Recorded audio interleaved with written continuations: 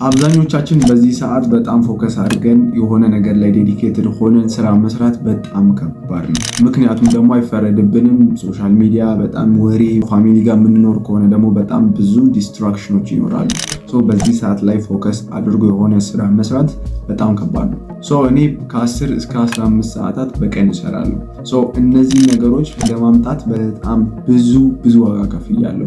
አሁንም የተወሰነ ችግር አለ ወይ? አዎ አለ። ግን ደግሞ በሆነ ነገር ላይ ፎከስ አድርጎ ለመስራት የሚረዱኝን 4 ቴክኒኮች እነግራችኋለሁ ማለት ነው። ለማታውቁኝ ፍራኦል እባላለሁ። የማውቀውን ነገር ነው ሼር ማድረጋችሁ።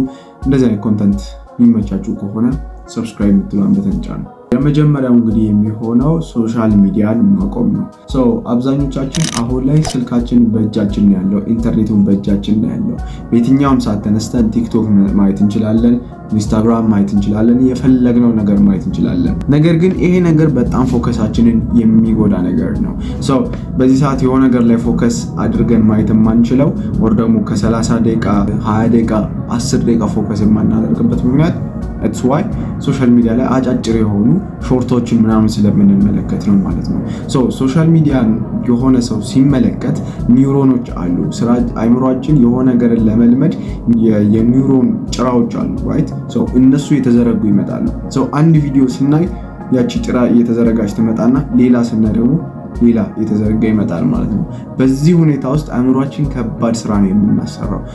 ወደ ስራ ልንገባ ስንል ፎከስ ማድረግ አንችልም። የመጀመሪያው። ሁለተኛ አእምሯችን በጣም ብዙ ስራ ይሰራል ይመስለዋል። ሶስተኛ ደግሞ በጣም ያደክመዋል ማለት ነው። ሙሉ ሰውነታችን ይዝናል። ቢኮዝ እዚህ ጋር በጣም ትልቅ ኢነርጂ ነው እየወጣ ያለው ማለት ነው። እና ሶሻል ሚዲያን ስታቆሙ ሞር ፎከስድ መሆን ትችላላችሁ የሆነ ስራ ላይ ማለት ነው። እና ሶሻል ሚዲያን በቀን ኦልሞስት 30 ደቂቃ ከጠቀማችሁ ሁለተኛ ኳሊቲ ስፔስ ማዘጋጀት ነው። ወይም ደግሞ ስሩብኝ የሚል አይነት ወርኪንግ ስፔስ ማዘጋጀት ነው። ይሄ ሞር ፎከሳችሁን የሚጨምር ነገር ነው። በቃ ኦልሞስት እኔ አሁን አስተካክየዋለሁ። ከድሮ በጣም ይሻላል። ድሮ የሆነ ሼልፍ ስር ነበር የምሰራው ምናምን ደስ የማይል ኢንቫይሮንመንት ነበረ።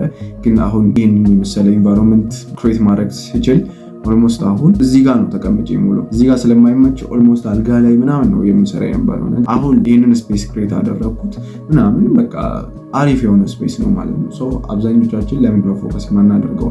ለምንድነው ረጅም ሰዓት ማናነበው? ለምንድነው ረጅም ሰዓት ማንሰራው ካላችሁ፣ ሁለተኛው ሪዝን የሚሆነው ምክንያት ምንድነው? በቃ ስፔሳችሁ አይማርክም፣ ጽዳት የለውም። ኦር ደግሞ የምታጠኑበት ኦር የምትሰሩበት የምታነቡበት ቦታ ስፔሱ አይመችም።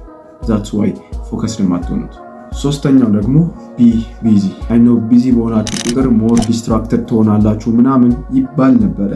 ግን አንድ የገባኝ ነገር ቢኖር ሞር ታይም እንዳላችሁ ባሰባችሁ ቁጥር አንዱንም ስራ ሳሰሩ ትቀራላችሁ። እኔ ደሞስት ፎከስድ የነበርኩበት ሰዓት ትምህርት ቤት በነበርኩበት ሰዓት ነው። ቢኮዝ ቀኑ ሙሉ ትምህርት ቤት ነው የምውለው። እዚህ ጋር መስራት የነበረብኝ ስራዎች ስላሉ ሌሊት እነሳለሁ 11 ሰዓት እስከ 2 ሰዓት ድረስ በደንብ ፎከስድ ሆኜ እሰራለሁ። ከዛ ምን መጣ? ይሄ ክረምት ሲመጣ ሞር ታይም አለኝ ብዬ አስብና በቃ አንዱንም ስራ ለመስራት እንኳን ሞቲቬሽኑ የለኝም። ቢኮዝ ሞር ታይም አለኝ በኋላ እሰራለሁ እያልኩ ምንም ስራ ሳልሰራ ቀር ነበርና በቀን 10 ስራ እንዳላችሁ በተሰማችሁ ቁጥር ይህንን ስራ በየትኛውም ሁኔታ ትሰራላችሁ ማለት ነው። ሞር ቢዚ የሆንኩባቸው ቀናቶች ላይ ነው በጣም ሞር ፕሮዳክቲቭ የምሆነው ማለት ነው። አንዳንድ ዩቲዩብ አውቶሜሽኖችን እሰራለሁ ኤአይ ማለት ነው። እነሱን ኤዲት ለማድረግ ምናምን በቃ ቤት ያለው ቀን ጭራሽ ነው ማልሰራቸው ጭራሽ ማለት ነው። ግን እንደዚህ ሚቲንግ ምናምን ባለኝ ቁጥር ባስ ውስጥ እንኳን ኤዲት አድርጌ ፖስት አደርጋቸዋለሁ። ቢኮዝ ታይም የለኝም ብዬ ስለማስብ እነዛን ነገሮች ቶሎ ለማድረግ ሞክራለሁ። ሞስት በጣም ቢዚ በሆናችሁ ቁጥር ታይም እንደሌላችሁ ባሰባችሁ ቁጥር ሞር ፕሮዳክቲቭ ትሆናላችሁ። ራሳችሁ በጣም ቢዚ ለማድረግ ሞክሩ። አራተኛው ደግሞ የሚሆነው ሃቭ ቪዥን ወይም ደግሞ ቪዥን ይኑራችሁ። ሁልጊዜ የምትመለከቱት ቪዥን ቦርድ ሊሆን ይችላል። ኦር እናንተ መድረስ የምትፈልጉበት ቦታ ያለ ሰው አለ፣ እሱን ቀን በቀን መመልከት ሊሆን ይችላል። ቢኮዝ የሆነ ነገር ላይ ፎከስ አድርጋችሁ ሞቲቬትድ ሆናችሁ ለመስራት ይሄ ነገር ያስፈልጋችኋል ማለት ነው። ሁልጊዜ ሪኮመንድ አላደርጋችሁም፣ ግን ደግሞ በጣም ኢነርጂያችሁ ድሬን ወይም ደግሞ ኢነርጂያችሁ ባለቀ ቁጥር እነዚህን ሰዎች መመልከት ሃይፕ ያደርጋችኋል። በጣም መጥፎ የሆነ ጎን ይኖረዋል። እነዚህን ሰዎች ስትመለከቱ ራሳችሁን ዳውን ማድረግ ከኋላ የቀራችሁ ራሳችሁን ሊያደርግ ይችላል። ነገር ግን አንድ ሀክል ስነግራችሁ ሁሉንም የተሳካላቸውን ሰዎች አትመልከቱ። ለምሳሌ የእናንተ ኬሪየር ድሮፕ ሺፒንግ ሆኖ ድሮፕ ሺፒንግ ላይ ምናምን የተማራችሁ ነው ስኪል ራይት። ሰው ፎሬክስ ትሬዲንግ ላይ በጣም የተሳካለትን ሰው እያያችሁ በቃ ላይፌ እንደዚህ ቀረ ምናምን እንድትሉ አይደለም። ኦኬ እናንተ ድሮፕ ሺፒንግ ከሆነ ጆርኒያችሁ ድሮፕ ሺፒንግ ላይ የተሳካለት ሰው አለ። እሱ የሚያወራውን ነገር የሚለብሰውን ነገር የሚያወራውን ነገር ከምን እንደተማረ እንዴት ያጋጠማቸውን ስትረግሎች ምናምን ከሱ ማየት ነው። አንዳንዴ ደግሞ ሲዝናና የሚገዛቸውን ነገሮች ቢኮዝ ያ ነገር ቪዥዋል አትራክትድ ያደርጋቸዋል ማለት ነው።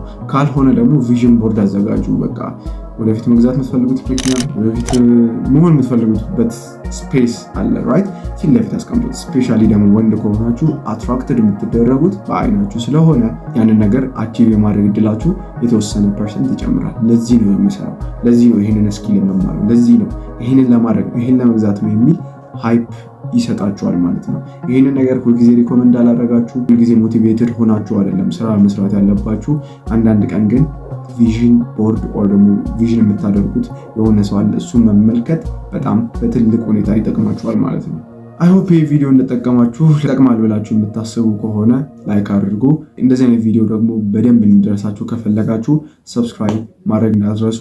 ኮሜንት ላይ ጥያቄ ካላችሁ ኮሜንት ላይ ጻፉልኝ። ባይ